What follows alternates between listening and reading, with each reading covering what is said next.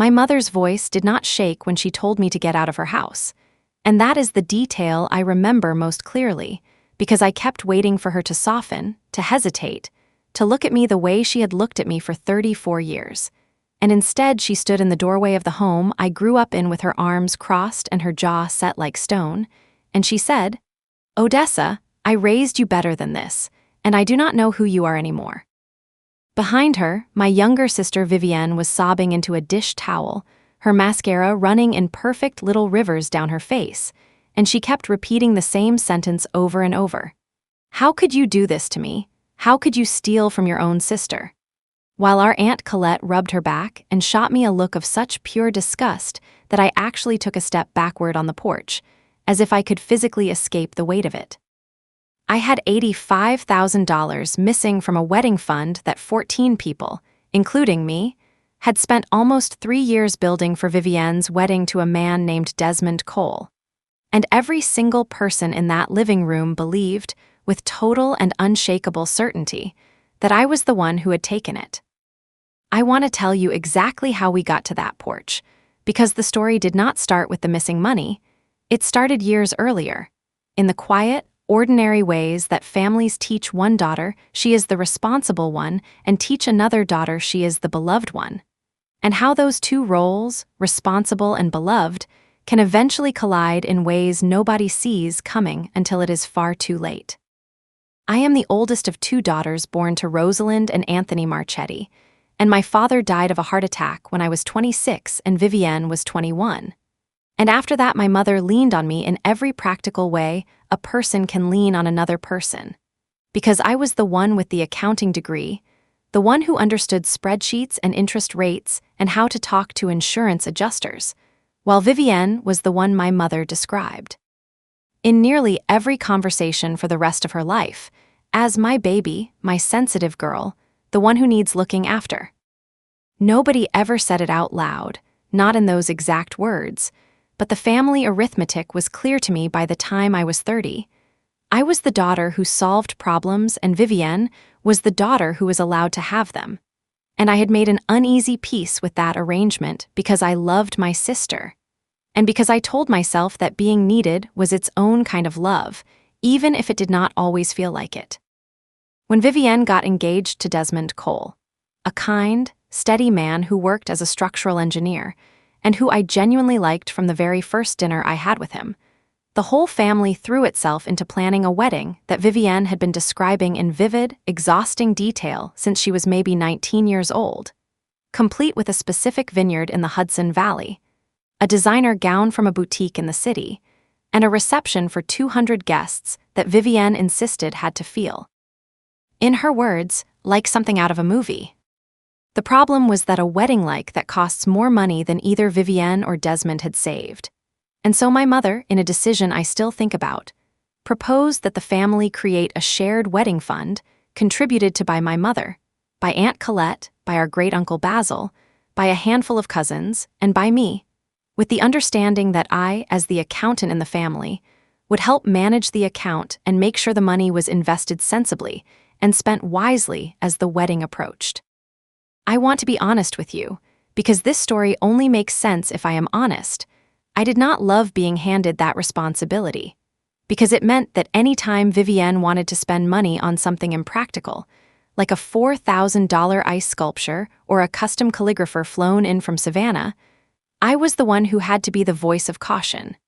And that made me, once again, the responsible one standing between my sister and the thing she wanted. For almost 3 years, I managed that account carefully. I set up a joint savings vehicle with a modest but steady interest rate. I tracked every contribution in a spreadsheet I shared with my mother every quarter. And by the spring that Vivienne and Desmond finally set their wedding date, the fund had grown to $85,312, a number I can still recite because I stared at it so many times trying to understand how it could simply vanish. It happened over a period of about 4 months, not all at once. A series of withdrawals that were structured to look almost ordinary if you were not paying close attention, 4,000 here, 7,000 there. A wire transfer that looked like it was going to a vendor deposit, and by the time anyone noticed, the account had been drained down to $11.40. Vivienne discovered missing money first, or at least she claimed to, and she called our mother in hysterics, saying she had gone to pay a deposit to the vineyard and found the account nearly empty. And within an hour, my mother had called me, her voice tight with a fear I had never heard from her before, asking me what had happened to the money. I remember opening my own laptop with my hands actually trembling, pulling up the account, and staring at transaction after transaction I did not recognize, transfers I had never authorized. A linked account I had never seen before that had somehow been added as a secondary recipient, and my first instinct, God help me, was relief, because I thought, someone hacked the account, we can fix this, we can call the bank, we can trace it. That relief lasted exactly as long as it took my mother to call me back an hour later and tell me that Vivienne had gone through the transaction history herself and found something that, in my mother's words, changes everything. And when I arrived at my mother's house that evening, Vivienne was sitting at the kitchen table with printed bank statements spread out in front of her like evidence in a trial. And she looked up at me with red, wounded eyes and said, "The transfers went to an account with your middle name on it, Odessa. How do you explain that?" I did not have an explanation, because there was no explanation for something that was not true. But the account had been set up using a fraudulent identity document with my full name, Odessa Renata Marchetti, and a photograph that was blurry enough to pass a basic verification check, but was very obviously not actually me if you looked closely. Though nobody in that kitchen was interested in looking closely, they were interested in a villain, and I was standing right there in front of them. I spent the next several days doing everything a rational, terrified, innocent person does. I called my bank's fraud department. I filed a police report. I hired an attorney out of my own savings to help me formally dispute the transactions, and every single one of those actions was later twisted by my mother and Vivienne into proof of guilt, because an innocent person would not need a lawyer. And if you really didn't do it, why are you so defensive? The family meeting where I was formally disowned happened 12 days after the money disappeared, and it took place in my mother's living room with Aunt Colette present as what my mother called a witness. And I walked in still holding onto a shred of hope that once I laid out the timeline, the fraudulent account, the forged identification, someone would finally say, "Wait, let's slow down, let's actually investigate this properly." Instead, Vivienne stood up with a folder of her own, printed pages that I would only understand the true significance of 2 years later. And she said that she had done her own research and found that the fraudulent account had been opened using a laptop that connected to the same home internet network as mine, which was true, because I had been at my mother's house for a family dinner 3 weeks before the fund was drained, using the guest Wi-Fi like I always did. That single, circumstantial, deeply flimsy piece of information became, in that room, an unshakable fact, and my mother looked at me and said the words that ended our relationship for the next 2 years. "I raised you better than this, and I do not know who you are anymore." And Vivienne cried that I had stolen her future, and Aunt Colette said she had always sensed something cold underneath my responsible exterior, and I stood in that living room and understood, with a kind of sickening clarity, that no evidence I could ever produce would matter, because they had already decided who I was. I want to pause here and tell you about my husband, Dashiell, who everyone calls Dash, because he is the reason I survived the 2 years that followed, and because his steadiness is a part of this story that deserves to be told in full, not as a footnote. Dash and I had been married for 6 years at that point, and he is an electrical contractor, a quiet, patient man who grew up in a family that argued loudly and often, and who told me, on the worst night of that whole ordeal, when I was sitting on our bathroom floor because I could not stop shaking, "I don't need your family's version of who you are, Odessa. I have 6 years of evidence of who you actually are, and none of it looks like a thief."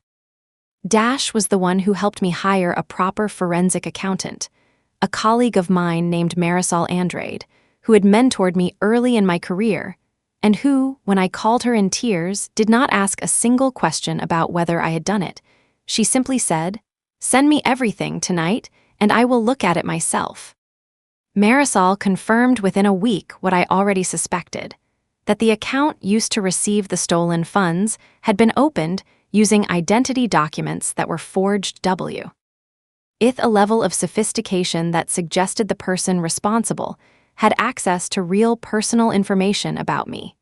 Information that, honestly, could have come from anyone in my own family who had my social security number on file from years of shared tax documents and insurance paperwork.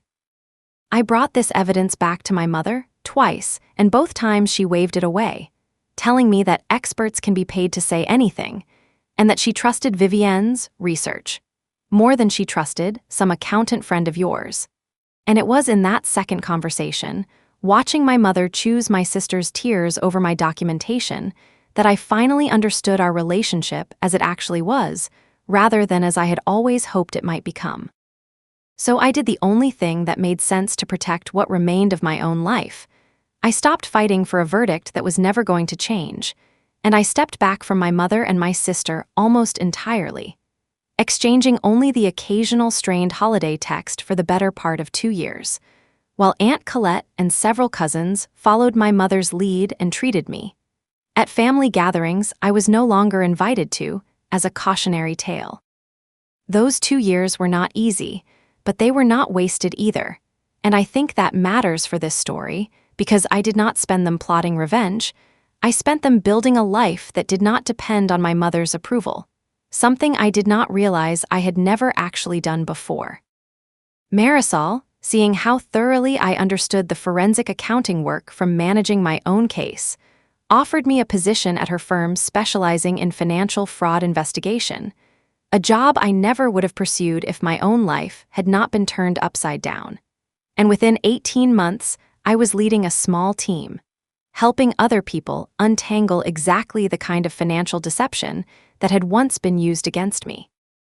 Dash and I also used that time to have the daughter we had been trying for years, a little girl named Josephine, and I remember holding her for the first time in the hospital and thinking, with a kind of fierce, quiet resolve, that whatever happened with my mother and my sister, this child would grow up knowing that her mother's worth was never up for a family vote.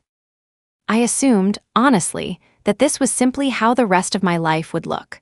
A small, tight circle of Dash and Josephine and my career and a handful of true friends, with my mother and sister existing somewhere in the periphery, people I used to be close to, the way you might describe an old address you no longer live at.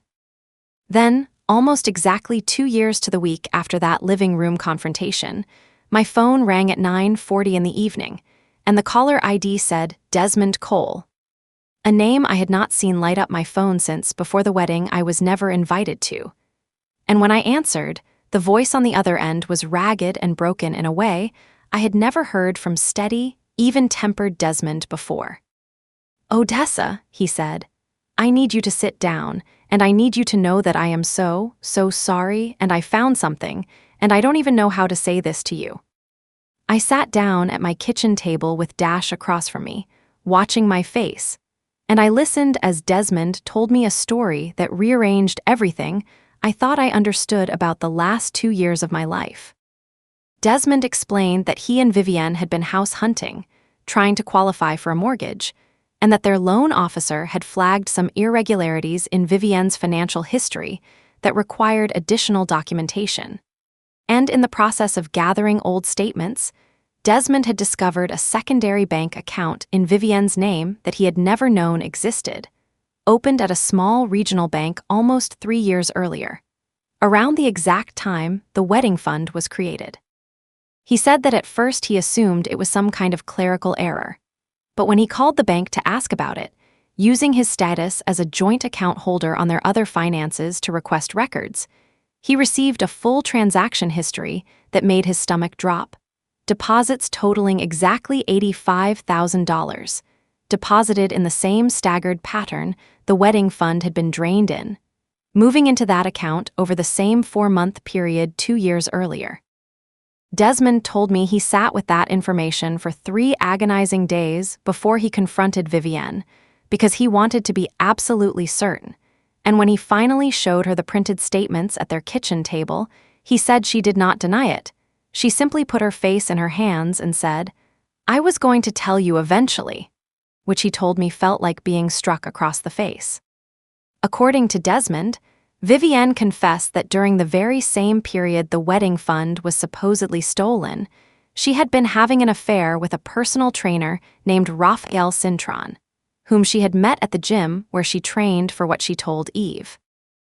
Ryan was wedding weight loss, and that over 4 months she had drained the entire wedding fund to cover expensive weekend trips with Raphael, a designer wardrobe she told her mother was on sale, and, in one transaction that Desmond said made him physically ill to discover, a $12,000 cash gift she had given Raphael directly, described in her own banking notes only as our help.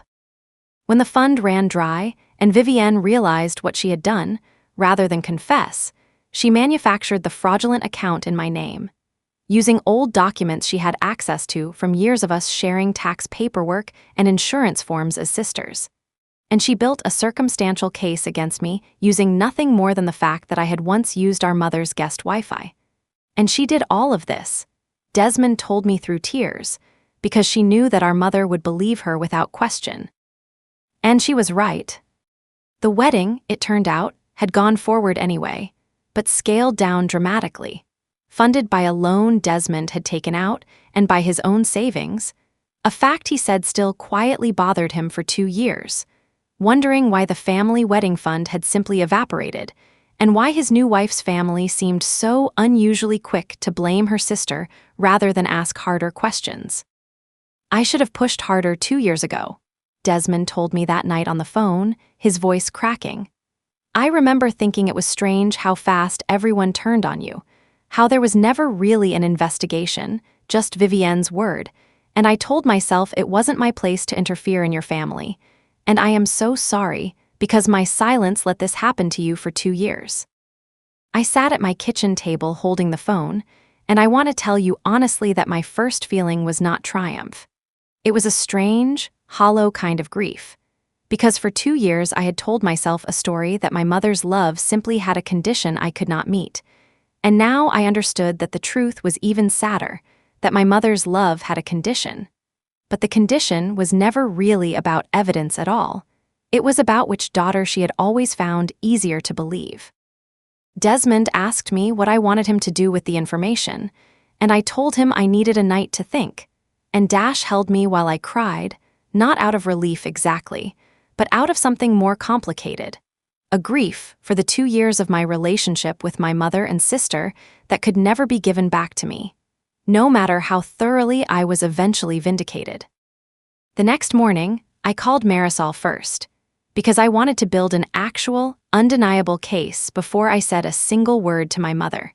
And Marisol helped me formally request the bank records through legal channels, working with an attorney to establish a clean, professional paper trail that would leave absolutely no room for anyone to say, this time, that I was making things up or being defensive.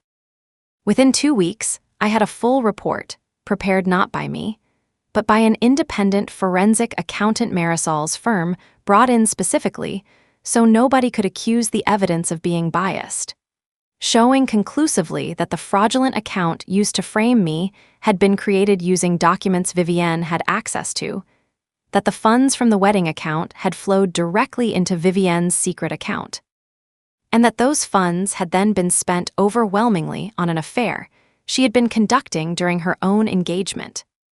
I called my mother and asked her to come to my house, along with Vivienne and Aunt Colette, saying only that Desmond had discovered new information about the wedding fund and that I thought it was important we all sat down together.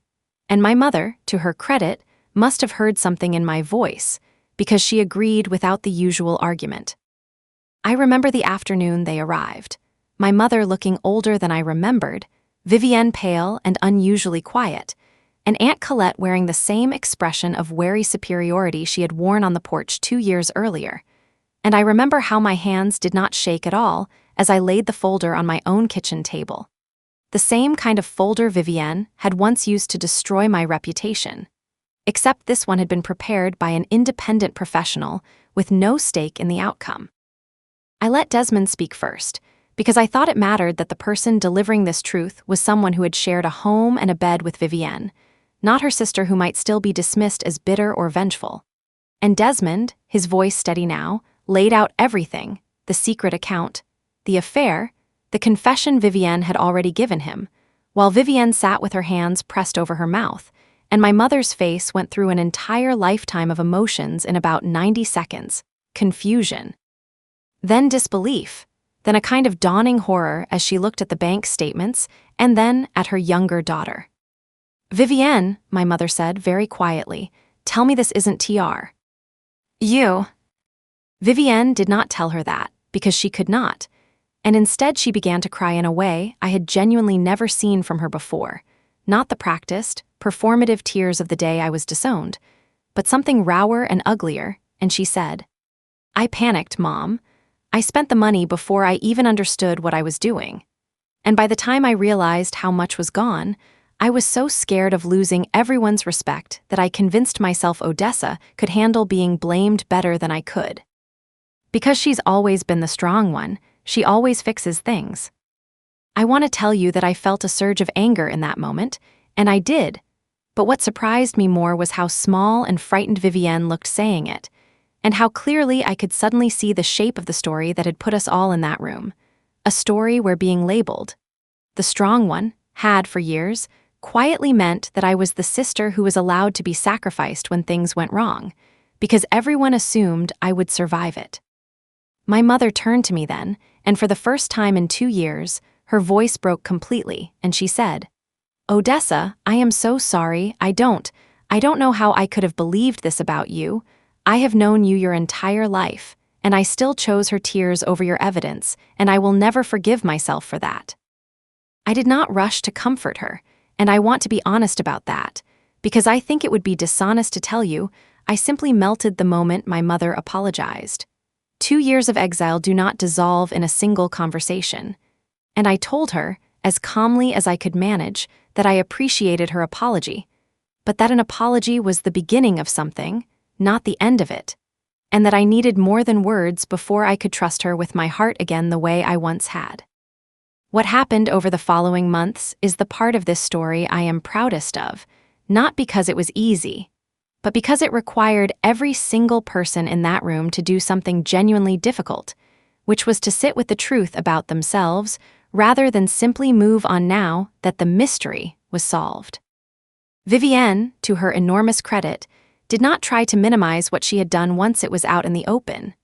And in the weeks that followed, she voluntarily arranged a family meeting, not one where she defended herself, but one where she stood in front of Aunt Colette, our cousins, and our great-uncle Basil, all of whom had contributed money to that wedding fund, and told them plainly that she had stolen from her own family to fund an affair and then framed her sister to cover it up, without a single excuse attached to the confession. She and Desmond began marriage counseling almost immediately, not because Desmond had done anything wrong, but because he told me privately that he needed professional help figuring out whether he could ever fully trust her again. And Vivienne, rather than pressuring him to simply forgive and forget, agreed to a full financial transparency arrangement, essentially a post-nuptial agreement that gave Desmond oversight of all shared and individual accounts for as long as he needed it to feel secure. A condition Vivienne accepted without protest because, as she told me later, "I don't get to decide how long it takes him to trust me again. That's his to decide, not mine." Vivienne also began seeing an individual therapist to work through what she eventually described to me, in a long, difficult conversation on my back porch about 4 months after the truth came out, as a lifelong habit of believing that if something bad happened, someone else needed to absorb it so I wouldn't have to feel the full weight of my own mistakes. And she told me, with tears that felt different this time, more grounded, less performative, "I used you as a shock absorber for my whole life, Odessa, and I am so ashamed of that, and I don't expect you to just hand me back the relationship we used to have. I just want the chance to earn a different one." My mother's process of accountability looked different, and honestly it took her longer to fully face, because I think it is harder for a parent to admit that their love was never as unconditional as they believed it to be. But to her credit, she did not simply apologize once and consider the matter closed. She asked me, several times over those first few months, what she could actually do, rather than simply asking me to forgive her on her own timeline. I told her plainly that I needed her to correct the record, not privately with me, but publicly with the same relatives who had heard her disown me on that porch.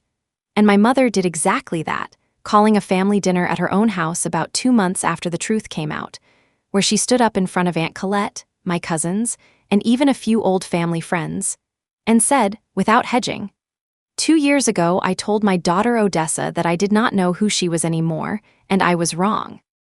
Completely and inexcusably wrong, and I owe her a debt I can never fully repay for believing a story I wanted to believe instead of a truth I should have investigated properly. Aunt Colette's reckoning was, in some ways, the hardest for me to watch, because unlike my mother and Vivienne, she had no blood obligation pulling her toward genuine repair. And for a while I worried she would simply drift away rather than face what she had said to me. But about 3 months after that dinner, she showed up at my house unannounced, sitting in my kitchen with her hands wrapped around a coffee mug she never drank from. And she told me that she had spent weeks unable to stop thinking about the words she used on that porch. I always sense something cold underneath you. And she said, I said something cruel and untrue about your character, because it was easier than admitting I didn't actually know how to tell who was lying. And I am sorry, Odessa, truly. I did not rebuild these relationships overnight, and I think that honesty matters for anyone listening to this who is in the middle of their own version of this story. Because trust, once broken this badly, does not come back just because the facts have been corrected. It comes back slowly, through months of consistent, unglamorous proof. For almost a year, I kept my contact with my mother and Vivienne deliberately limited, short visits. Clear boundaries about what topics were and were not open for discussion. And I watched, quietly, to see whether the accountability I had witnessed in those first difficult months would hold up over time or fade the moment the crisis passed. It held. Vivienne stayed in therapy well past the point where it was uncomfortable or inconvenient. She and Desmond worked through 18 months of counseling before he told me, almost exactly 2 years after that late-night phone call, that he finally felt like he trusted his wife again, not because the past was erased, but because she had shown him, month after month, that her actions now matched her words. My mother, for her part, made a habit of checking herself in ways I had genuinely never seen her do before, calling me sometimes just to say, I want you to know I am proud of you, and I should have said that more when you were the one holding this family together. And slowly, carefully, I let her back into my life, not as the same relationship we had before, because I do not think that relationship, the one where I was simply the responsible one who absorbed whatever the family needed absorbed, should have ever existed in the first place, but as something new, more honest, more equal.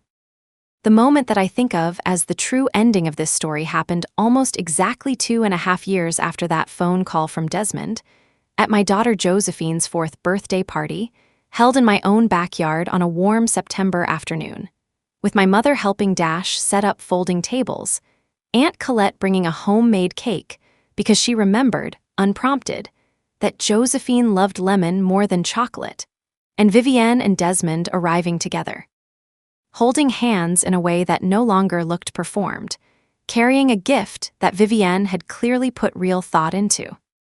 At one point that afternoon, my mother pulled me aside near the fence at the edge of the yard, watching Josephine chase Bubbles across the grass, and she said, I keep thinking about how close I came to losing all of this, to losing you, over my own refusal to ask harder questions, and I don't ever want to be the kind of mother again who chooses comfort over truth.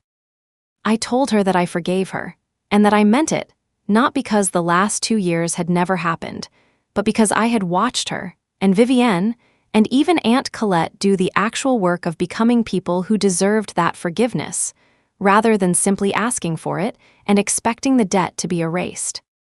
Vivienne found me later that same afternoon, sitting by myself for a moment near the drinks table, and she sat down next to me and said, quietly, "I know I can never give you back those 2 years, and I know saying sorry doesn't undo what I did to you, but I want you to know that becoming someone who could face what I did, instead of hiding from it, is the hardest thing I have ever done.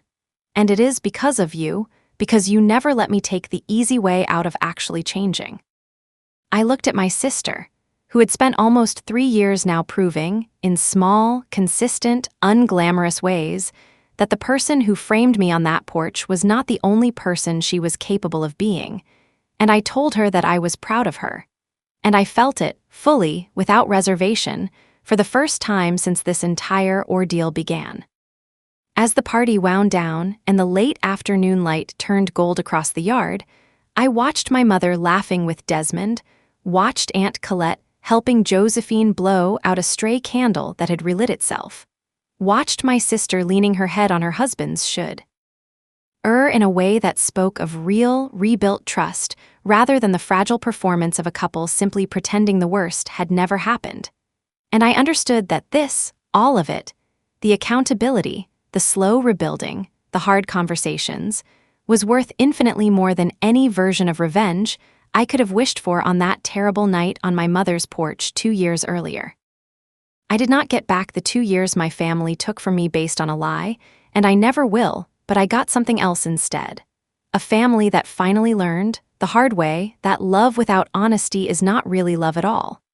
It is just convenience wearing love's clothing, and I got a mother, a sister, and an aunt who chose, when it would have been so much easier not to become the kind of people who actually deserved to be let back into my life. If you are listening to this, and you are the one in your family who has always been called the strong one, the one people assume can absorb whatever needs absorbing, I want you to hear this clearly. Being strong does not mean you exist to protect everyone else from the consequences of their own choices. And the people who truly love you will prove it, not with a single apology, but with months and years of showing up differently, exactly the way my family finally did for me. And to anyone out there who has made a mistake the way my sister did, who let fear push them into hurting someone they loved rather than facing the truth, I hope Vivienne's story reminds you that redemption is possible.